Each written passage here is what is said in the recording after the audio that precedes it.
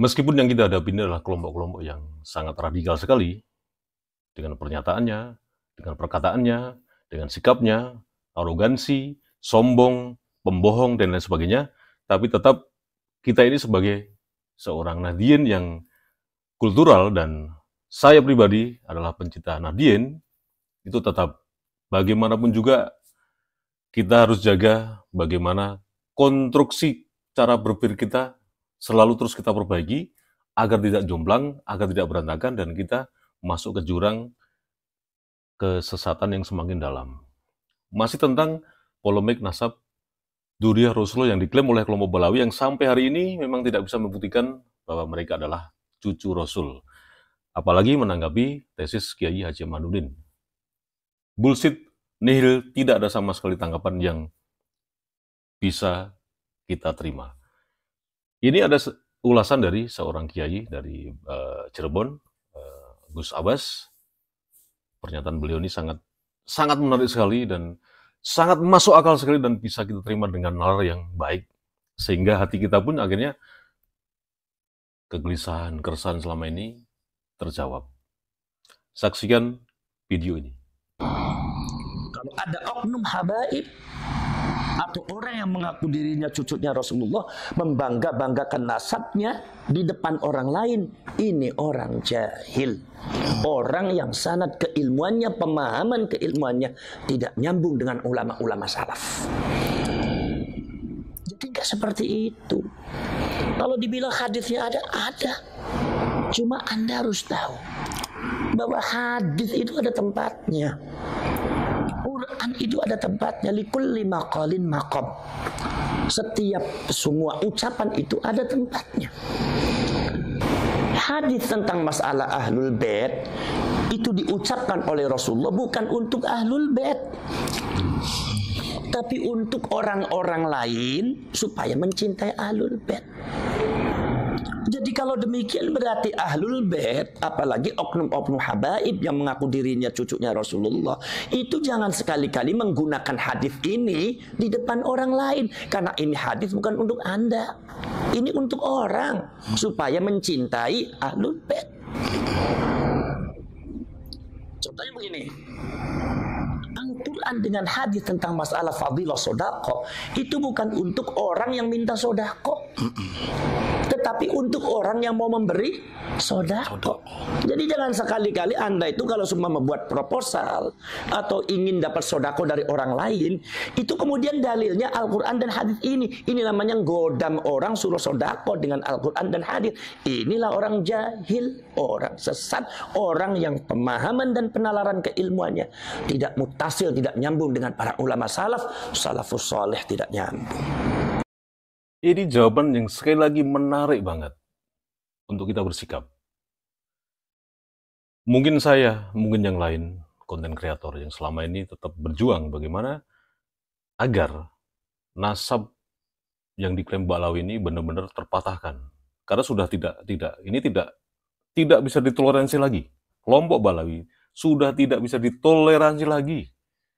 Dengan kesombongannya, dengan keangkuhannya, mengagung-agungkan, membangga-banggakan tentang nasab, mengaku-ngaku cucu Rasul ini sudah bisa tidak ditoleransi lagi. Titik, nggak ada debat lagi. Nah, bagaimana jawaban tentang ketika seseorang mengkritisi, ketika seseorang menampikkan dengan nalarnya atau dengan ilmiah bahwa nasab Ba'alawi ini yang cucu Rasul ini tidak benar?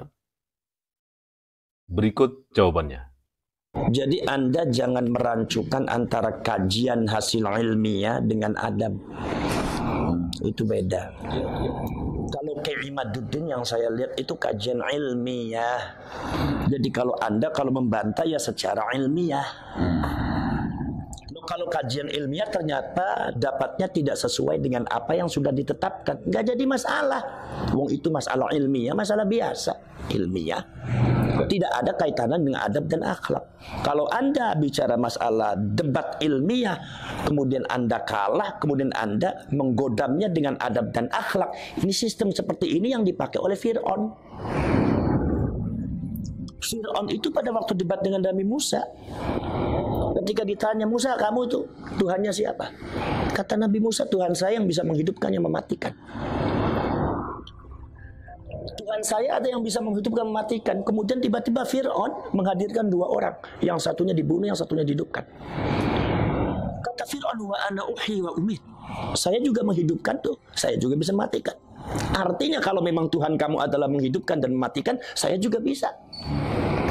Akhirnya kata-kata Nabi Musa apa? Tuhan saya adalah Tuhan yang bisa memindahkan matahari dari timur ke barat dan mendatangkan bulan ketika malam dan melenyapkan ketika siang. Tuhan saya Tuhan yang bisa menggeser matahari. Di situ Fir'aun lemah, logikanya kalah, debatnya kalah. Lah Fir'aun baru menggodamnya dengan apa? Ya dengan kayak tadi, otoritas. Musa, ya, kamu tuh kurang ajar. Bukankah kamu telah diurus sama saya dari kecil? Kamu kan diurus sama saya dari kecil. Begitu besar kamu kurang ajar sama saya. Boro-boro kamu terima kasih. Lah, Fir'aun itu merancukan antara debat ilmiah ya dengan otoritas. Ini bukan bicara masalah otoritas Nabi Musa itu menghormati atau tidak, tetapi ini adalah masalah ilmiah.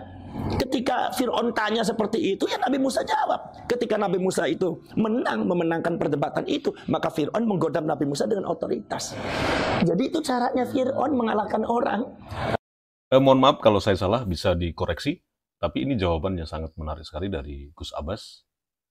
Banyak di luar sana, di beberapa channel, di beberapa media sosial yang mengulas tentang tesis Kiai Haji Imaduddin.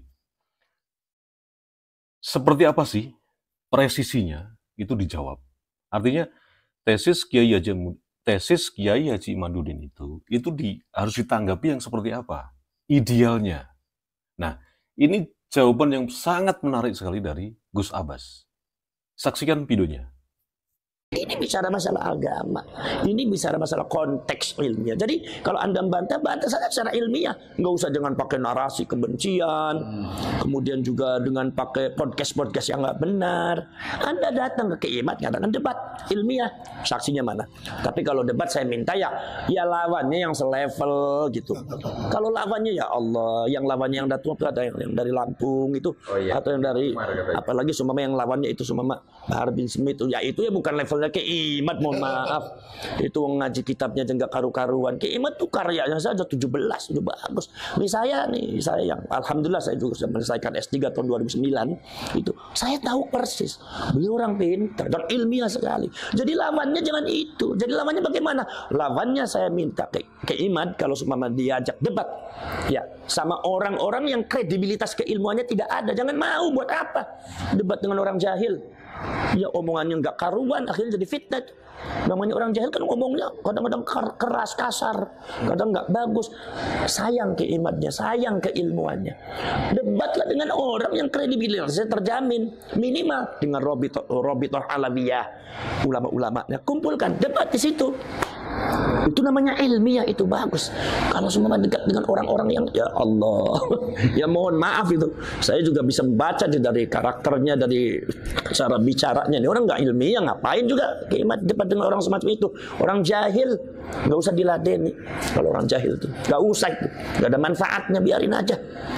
Di atas ada Allah Subhanahu Wa Taala. Nggak usah jadi pikiran dan jadi apa. Yang penting Kiimat tetap pada itu.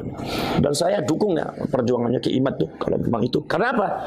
Karena ini persoalannya bukan masalah persoalan Kiimat. Kalau Anda mengatakan itu masalah Kiimat, oh bukan, Anda salah paham. Itu sejak dulu sudah ada. Sejak zamannya abad ke-8 Imam Fakhruddin Ar-Razi sudah menyatakan bahwasanya Sayyid Ahmad tidak memiliki orang yang bernama anak yang bernama Abdullah. Sehingga pada waktu abad ke-13 Syarif Abdul Rafiq penguasa Hijaz ketika itu dari Syarif Al-Hasani itu melarang kaum Ba'alwi memakai nama Sayyid dan Syarif. Kenapa melarang? Karena beliau raja.